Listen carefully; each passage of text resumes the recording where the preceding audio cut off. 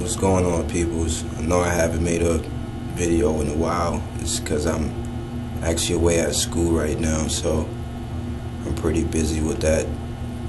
But I still do manage to play my Vita here and there. But I did pick up a new device, which is an Android watch phone. I think it's called like the Z1 or something like that. So I'm just gonna give basically a quick review on my 2 cents on the device.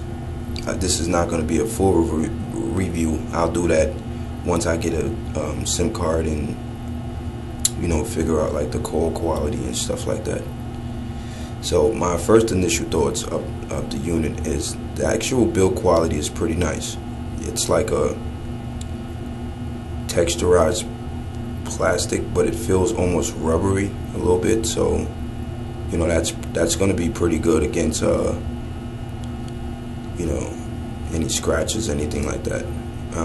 Here's your speaker grill, and it's pretty loud. It's pretty loud and clear, no problem. Your mic port is right there. This is your power, well, your standby button, well, power and standby and menu button. I don't know why this thing doesn't want to focus. There we go.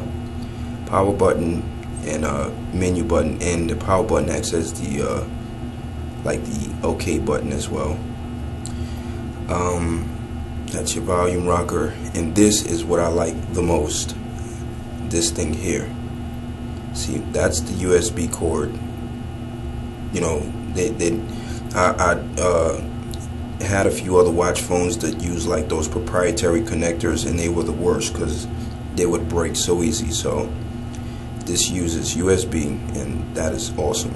And it actually goes in that slot right there when you strap it to your wrist, which is another neat idea.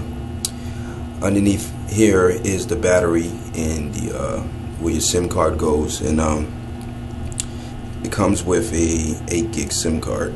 I'm sorry, 8 gig micro SD card.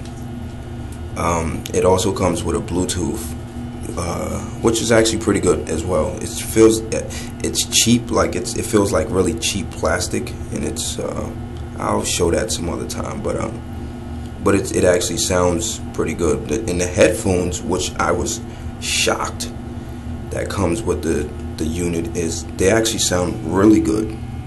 It has like a deep bass, high treble. They actually sound better than iPod headphones that come with the iPod. But anyway, I did actually purchase another new phone, which is the Samsung Galaxy S2, and that's actually what I'm recording this on right now. So now let's get into the user interface and the UI, well, the OS. Now I will say this.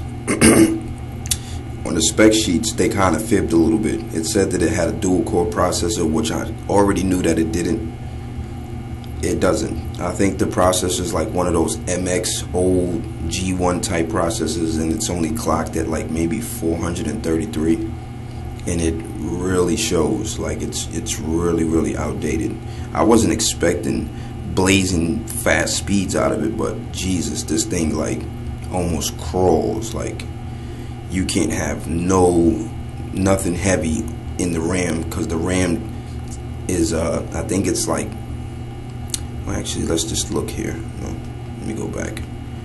I know the RAM it's not a lot, so you can't really heavily customize the phone. Let me see. Yeah, so it's somewhere probably about 128 with a few things running in the system memory, maybe about 128.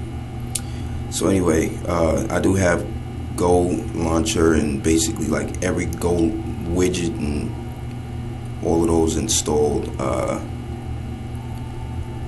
Like, this is not that bad. Like, as far, I had to take the transitional effects and stuff off because it was just slowing the phone down like just way too much. So that's one gripe about it. Maybe, I don't know, maybe based on the size, I don't know, maybe they could have fit a better processor in here to give it a little, or even more RAM or something that would have made this like a lot better. You know, a lot. I see the I mean, besides the novelty in it, you know, to use it other than just, you know, your basic Android features, and you know, it's a phone as well. That's just about it. You're not gonna really do any gaming or any of those things on here, because they won't even run. Another thing that does not work is the Google Play Store. It will not install at all. It will just force close on you, which is like so annoying. And I actually wanted that to work, because when you get this is like a bare bones Android, and it's Froyo. It's 2.2. Actually, let me just go to the menu. Let me do that. And another thing that really sucks is the screen. It's not. It's like so unresponsive. You know, you have to tap I don't know how many times just to get anything for it to respond, and it lags like so much, and it's not consistent, it's not precise. You would have to tap the same area, trying to, you know, tap OK about 5 times before it even actually highlights that button. Anyway, there's the kernel version, and I guess this is the model. So if anybody knows about that, let me know.